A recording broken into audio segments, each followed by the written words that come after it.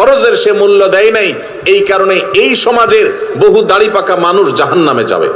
ভাইরা আমার, আমরা অনেকেই আছি থোক 10, 20, 50 হাজার টাকা মাহফিলে দিতে পারি। অনেকেই আছি মসজিদ মাদ্রাসা 20, 50 হাজার টাকা দান করতে আমাদের কোনো আপত্তি নাই।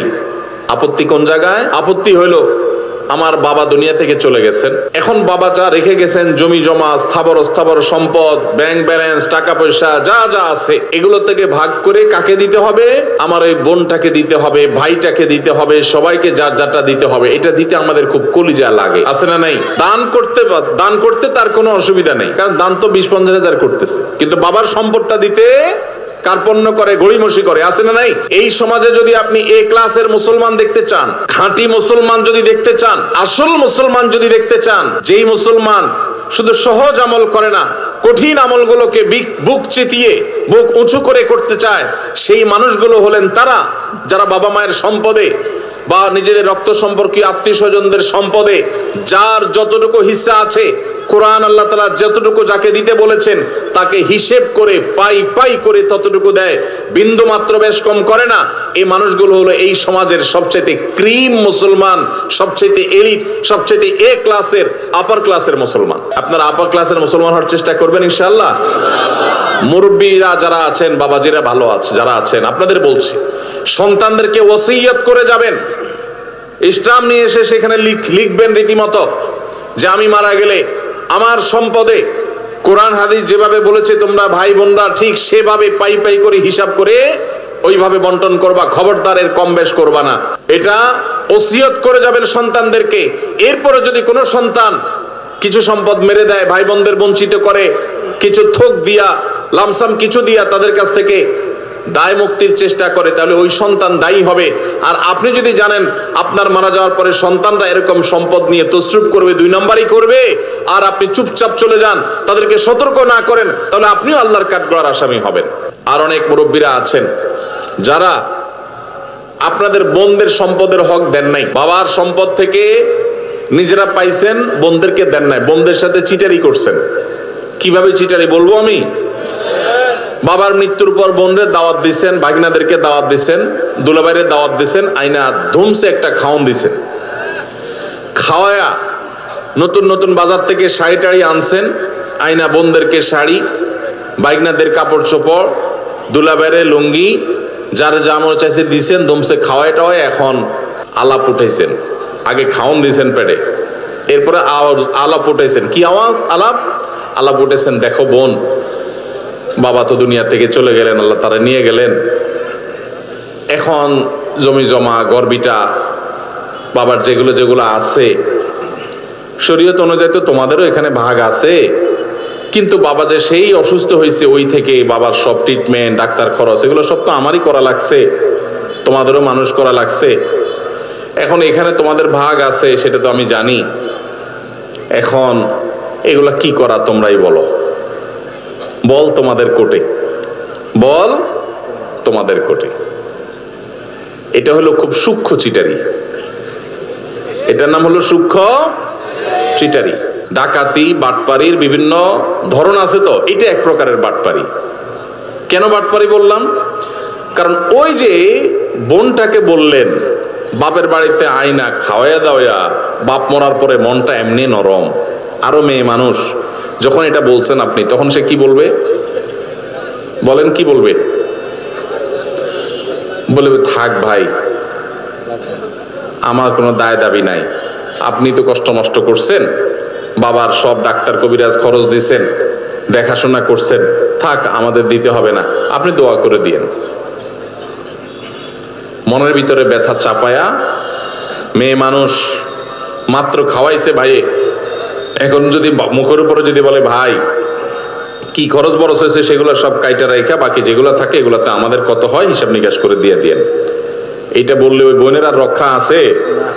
পুরো এলাকাতে বদনাম ছড়ানো হবে যে আমার বোন বাপটা মইরা সারে নাই, কবরে রাইখা সারি নাই, এখন সে ভাগ চাইতে আসছে।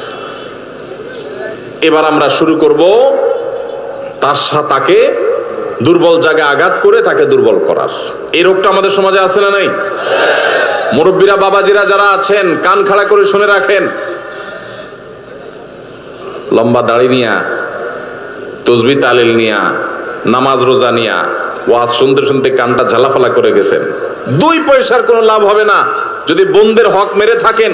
কিয়ামতের ময়দানে এই বোন দেখবেন দাঁড়ায় গেছে, 1 চুল পরিমাণ ছাড় হবে না। যত আমল করেছেন সব দিয়ে জাহান্নামে যেতে হবে যদি বোনদের হক মেরে থাকেন। এজন্য বাবারা, এই চিটারি করা যাবে না। ভাইয়েরা, এই চিটারি করা যাবে না। যেসব ভাইয়েরা বাবা মা মৃত্যুর পর বোনদের হক দেন নাই, অনেকে মায়ের হক দেয় না। মায়েরও হক আছে। আপনার বাবা মারা গেছেন, আপনার মা তার স্বামীর সম্পদে তার হক আছে না নাই? কয়জন সন্তান বলতে পারবেন যে আমার বাবা মারা গেছে, মাকে হিসাব করে দিয়ে দিছি? কয়জন বলতে পারবেন? এক ভাই হাত তুলছেন। আর আছেন যে মাকে হিসাব করে দিয়েছেন? আরেক ভাই হাত তুলছেন, মাশাআল্লাহ। আরেক ভাই হাত তুলছেন, 2-4 জন হাত তুলছেন, মাশাআল্লাহ। বেশিরভাগ মানুষ হাত তোলেন নাই। অনেকের হয়তো বাবা আল্লাহ তাআলা বাঁচায় রাখছেন, আরো বাঁচায় রাখুক, আমরা দোয়া করি। কিন্তু যদি দুনিয়া থেকে চলে যায় তাহলে ওলামা ইকরামের কাছ থেকে মাসআলা জেনে কোরআন যাকে যতটুকু দিয়েছে তাকে ততটুকু দিবেন তো ইনশাআল্লাহ? কারা কারা দিবেন? হাত তোলেন, হাত তোলেন। পাক্কা নিয়ত করে হাত তোলেন, আন্দাজে হাত তুলবেন না। সম্পদের লোভ করব না, বলেন সম্পদের লোভ। আল্লাহর দেওয়া বন্টন অনুযায়ী পাই পাই করে সবাইকে বুঝাই দেব ইনশাআল্লাহ। আল্লাহ আমাদের সব ভাইকে তৌফিক দান করুন। ভাই, বরকতের মালিক কে? বরকত দেওয়ার মালিক কে? আল্লাহ। যদি বরকতের মালিক এটা বিশ্বাস করেন তাহলে আপনার বাবার সম্পদে, মায়ের সম্পদে, ভাইয়ের সম্পদে, বোনের সম্পদে, আপনাদের পরস্পরের সম্পদে তার মৃত্যুর পর যার যতটুকু পাওনা আছে, আল্লাহ বলছে তাকে 1/3 দাও, আল্লাহ বলছে তাকে 50% দাও, আল্লাহ বলছেন কাকে এতটুকু দাও, আরেকজনকে এতটুকু দাও। যাকে যতটুকু দিতে বলেছেন তাকে ততটুকু যদি দিয়ে যান, আপনি ফকির হয়ে যাবেন, অভাবী হয়ে যাবেন, আপনার সব শেষ হয়ে যাবে। এটা কোনো মুসলমানের বিশ্বাস হতে, আল্লাহর নির্দেশ অনুযায়ী যার যতটুকু পাওনা যদি আমি দিয়ে দেই, আল্লাহ তাআলা আমাকে বরকত দিবেন না দিবেন না?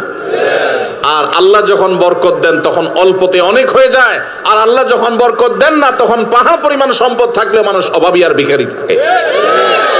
ভাইরা আমার, আল্লাহ সম্পদও দিয়ে দেয়, আবার ক্যান্সারও দিয়ে দেয়। দেয় না? দেয় না? বরকত এবং কল্যাণ ভিন্ন জিনিস। এজন্য যুবক ভাইরা যারা আছেন তাদেরকে বলবো, নিয়ত করে নেন, ছোট লোকই করবেন না, নিচু চিন্তা করবেন না। যেসব ভাইরা মনে করেন যে বাবার জন্য আমি তো অনেক খরচ করছি, তাহলে আমি সব সম্পদ রেখে দিব, জি না। বাবার জন্য খরচ করা আপনার নৈতিক দায়িত্ব। আপনার যদি টাকা থাকে তার ট্রিটমেন্ট খরচ দাঁড়ানো আপনার দায়িত্ব। এর মানে এই না যে বাবার সম্পদ থেকে আপনি সেটা কাটাকাটি করবেন। বাবার সম্পদ, ক্যাশ টাকা আছে, সেটা ট্রিটমেন্ট করা যায়, তাহলে সেটা দিয়ে আপনি বাবার ট্রিটমেন্ট করেন, কোনো অসুবিধা নাই। বাবার যদি না থাকে আর আপনার থাকে, সন্তান হিসেবে আপনার উপরে ফরজ বাবার ভরণ পোষণ দেওয়া।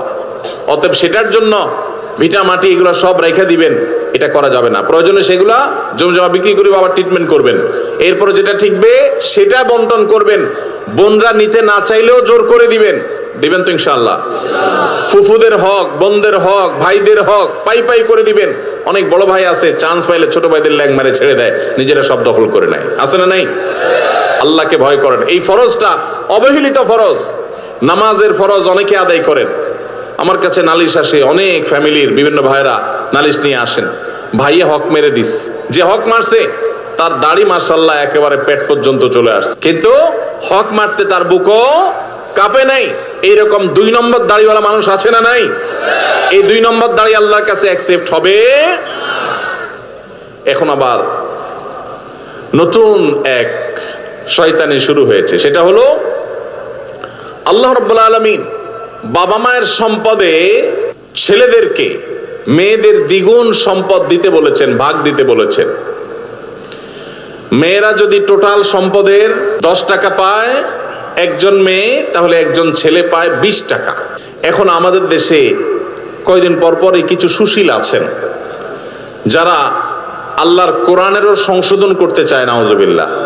তারা দাবি তোলে যে সমান অধিকার দিতে হবে, এবং সমান অধিকার কথাটা শুনতে বেশ সুন্দরই শোনা যায়, ভালোই লাগে।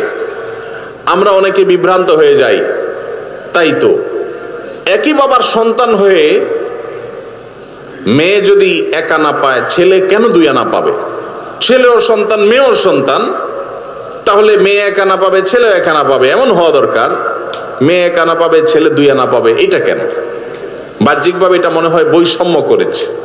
ভাইরা আমার, আমরা সবাই জানি আল্লাহ রাব্বুল আলামিন যত ফ্যামিলির খরচ আছে এসব খরচগুলো ছেলেদের উপরে বর্তাইছে না মেয়েদের উপরে বর্তাইছে? স্বামীর উপরে না স্ত্রীর উপরে? স্বামীর উপরে। কত রকমের খরচ? সব রকমের খরচ।